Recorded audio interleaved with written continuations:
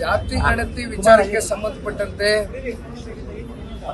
ಅವಾಗವಾಗ ಸರ್ಕಾರದ ಕಡೆಯಿಂದ ಕೆಲವೊಂದಷ್ಟು ಹೆಜ್ಜೆಗಳನ್ನ ಇರ್ತಕ್ಕಂಥದ್ದನ್ನ ನಾವು ನೋಡಿದ್ದೇವೆ. ಈ ಹಿಂದೆಯೂ ಕೂಡ 3-4 ತಿಂಗಳ ಹಿಂದೆ ಇದೇ ರೀತಿ ಜಾತಿ ಗಣತಿ ವಿಚಾರಕ್ಕೆ ಸಂಬಂಧಪಟ್ಟಂತೆ ಮುಖ್ಯಮಂತ್ರಿ ನೇತೃತ್ವದ ಸಚಿವ ಸಂಪುಟದ ಸಭೆಯಲ್ಲಿ ತನ್ನ ಸ್ವಂತ ಪಕ್ಷದ ಆಡಳಿತದಲ್ಲಿ ಇರ್ತಕ್ಕಂಥ ಮಂತ್ರಿಗಳಲ್ಲೇ ಒಂದಷ್ಟು ಭಿನ್ನಾಭಿಪ್ರಾಯಗಳು ಮೂಡಿರ್ತಕ್ಕಂಥದ್ದು ನಿಮ್ಮ ಮಾಧ್ಯಮದಲ್ಲೂ ಕೂಡ ನೀವೆಲ್ಲ ಪ್ರಸಾರ ಮಾಡಿದ್ದೀರಿ. ಮತ್ತೆ ಈಗ ಜಾತಿ ಗಣತಿ ಅಂತಕ್ಕಂಥದ್ದು ಬಹಳ ಒಂದು ದೊಡ್ಡ ಮಟ್ಟದಲ್ಲಿ ಎಲ್ಲಾ ಸಮುದಾಯಗಳಲ್ಲೂ ಕೂಡ ಒಂದು ದೊಡ್ಡ ಗೊಂದಲದ ವಾತಾವರಣವನ್ನು ಸೃಷ್ಟಿ ಮಾಡಿರ್ತಕ್ಕಂಥದ್ದು ಸತ್ಯ.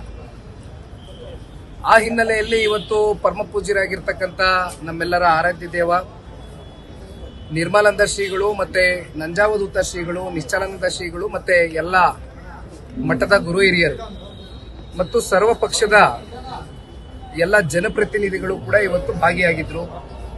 ವಿಶೇಷವಾಗಿ ಇವತ್ತಿನ ಈ ಒಂದು ಸಭೆಯಲ್ಲಿ ಕೇಂದ್ರದ ಸಚಿವರು, ಕರ್ನಾಟಕ ರಾಜ್ಯದ ಮಾಜಿ ಮುಖ್ಯಮಂತ್ರಿಗಳು ಸನ್ಮಾನ್ಯ ಕುಮಾರಣ್ಣವರು ಕೂಡ ಉಪಸ್ಥಿತರಿದ್ದರು.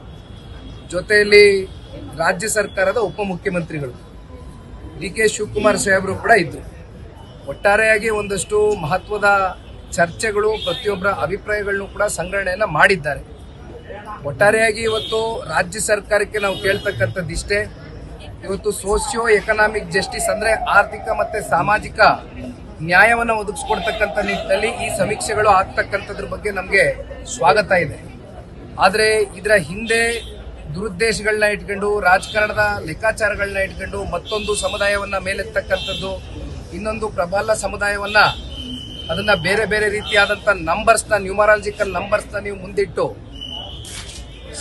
ಸಮಾಜದ ಮಧ್ಯೆ ಒಂದು ರೀತಿ ಸಂಘರ್ಷ ಉಂಟು ಮಾಡ್ತಕ್ಕಂಥದ್ದಕ್ಕೆ ಸರ್ಕಾರ ಮುಂದಾಗಬಾರದು ಅಂತಕ್ಕಂಥದ್ದು ಬಹಳ ಸ್ಪಷ್ಟವಾಗಿ ನಾವು ಈ ಸಂದರ್ಭದಲ್ಲಿ ವ್ಯಕ್ತಪಡಿಸಲಿಕ್ಕೆ ಇಷ್ಟಪಡ್ತೇನೆ. ಇದು ನಮ್ಮ ಪಕ್ಷದ ನಿಲುವು. ಸರ್, ಇದ್ರ ಜೊತೆಗೆ ಈಗ ಒಂದು ಕ್ರಿಶ್ಚಿಯನ್ ಒಕ್ಕಲಿಗ ಅನ್ನೋದ್ರ ಬಗ್ಗೆ ಆಕ್ಷೇಪಣೆ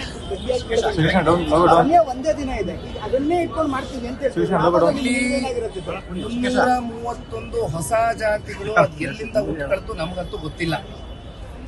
ಅದಕ್ಕೆ ನಾನು ಹೇಳ್ತಾ ಇರೋದು, ಒಂದ್ ಕಡೆ ತಮ್ಗೆ ಗೊತ್ತಿದ್ದಂಗೆ ಕಾಂತರಾಜು ಅವರ ಅಧ್ಯಕ್ಷತೆಯಲ್ಲಿ ಹಿಂದುಳಿದ ವರ್ಗದ ಒಂದು ಆಯೋಗ ಮಾಡಿಕೊಂಡು 3 ವರ್ಷಗಳ ಕಾಲ ಅವೆಲ್ಲವೂ ಕೂಡ ಮಾಡಿದ್ರು. 180 ಕೋಟಿ ಖರ್ಚು ಮಾಡಿದ್ರು.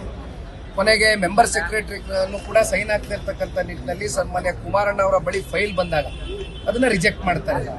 ಈಗ ಬಹುಶಃ ಮಧುಸೂದನ್ ಅವರ ಅಧ್ಯಕ್ಷತೆಯಲ್ಲಿ ಹೊಸ ಆಯೋಗವನ್ನ ರಚನೆ ಮಾಡಿ ಕೇವಲ 15 ದಿನದಲ್ಲಿ, ಐ ಥಿಂಕ್ ಸೆಪ್ಟೆಂಬರ್ 22 ಇಂದ 15 ದಿನದ ಒಳಗಡೆ 2 ಕೋಟಿ ಜನಗಳಿಗೆ ನೀವು ಹೋಗಿ ತಲುಪತಕ್ಕಂಥದ್ದಷ್ಟೇ ಅಲ್ಲ, ಪ್ರತಿ ಮನೆಯಲ್ಲೂ ಪ್ರತಿ ವ್ಯಕ್ತಿಗೂ ಕೂಡ ನೀವು 60 ಪ್ರಶ್ನೆಗಳನ್ನ ಇಟ್ಟು ಅವ್ರ ಮುಂದೆ ಇವೆಲ್ಲವನ್ನ ಕೂಡ ಇವತ್ತು ನೀವು ವಾಸ್ತವಾಂಶವನ್ನ ಕಲೆ ಹಾಕಬೇಕು ಅಂತಕ್ಕಂಥದ್ದಾದ್ರೆ 15 ದಿನದಲ್ಲಿ ಇದು ಸಾಧ್ಯವಾ?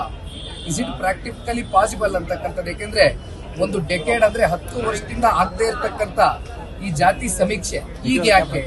ಆಮೇಲೆ ಒಂದ್ ಕಡೆ ನಾನು ಹೇಳ್ತಕ್ಕಂಥದ್ದು ನೋಡಿ, ನಮಗೆ ನಿಮ್ಗೆ ತಿಳಿದ ಮಟ್ಟಕ್ಕೆ ಇವತ್ತು ರಾಜ್ಯ ಸರ್ಕಾರಕ್ಕೆ ಅಧಿಕಾರ ಇರ್ತಕ್ಕಂಥದ್ದು ಸಮೀಕ್ಷೆ. ಆದ್ರೆ ಅಂತಿಮವಾಗಿ ಇದನ್ನ ಕೇಂದ್ರ ಸರ್ಕಾರವೂ ಕೂಡ ಇವತ್ತು ಜಾತಿ ಗಣತಿ ಕಾಲಂ ಅಂತಕ್ಕಂಥದ್ದನ್ನ ಸೇರಿಸಿದ್ದಾರೆ. 4 ತಿಂಗಳಲ್ಲಿ ಎಲ್ಲವೂ ಕೂಡ ಕೇಂದ್ರ ಸರ್ಕಾರದ ಕಡೆಯಿಂದ ಇಡೀ ರಾಜ್ಯ ವ್ಯಾಪ್ತಿ ಇವತ್ತು ಸಮೀಕ್ಷೆ ನಡೆಸ್ತಾ ಇದ್ದಾರೆ. ಅಧಿಕೃತವಾಗಿ ಅವ್ರ ಕಡೆಯಿಂದ ಇವೆಲ್ಲವನ್ನ ಹೊರಗಾಕ್ತಾರೆ ನಂಬರ್ಸ್. ಮತ್ತೆ ಇಲ್ಲಿ 405 ಕೋಟಿನೋ 420 ಕೋಟಿನೋ ಮತ್ತೆ ಈ 15 ದಿನದಲ್ಲಿ ಇದೇನು ಖರ್ಚು ವೆಚ್ಚ ತೋರಿಸ್ಕೊಂಡಿದ್ದಾರೆ, ಇದೆಲ್ಲ ನಿಜಕ್ಕೂ ಕೂಡ ಅವಶ್ಯಕತೆ ಇದೆಯಾ ಅಂತಕ್ಕಂಥದ್ದು ಎಲ್ಲರಿಗೂ ಪ್ರಶ್ನೆ ಕಾಡ್ತಾ ಇದೆ. ಇದ್ರ ಜೊತೆಗೆ ಕಾಲಂನಲ್ಲಿ ಕೆಲವೊಂದಿಷ್ಟು ವ್ಯಕ್ತಿಗತ ಪ್ರಶ್ನೆಗಳು, ಉದಾಹರಣೆಗೆ ನಿಮ್ಮ ಲಿಸ್ಟ್ ಇದೆ ಅಂತ ಈ ತರ ಪ್ರಶ್ನೆ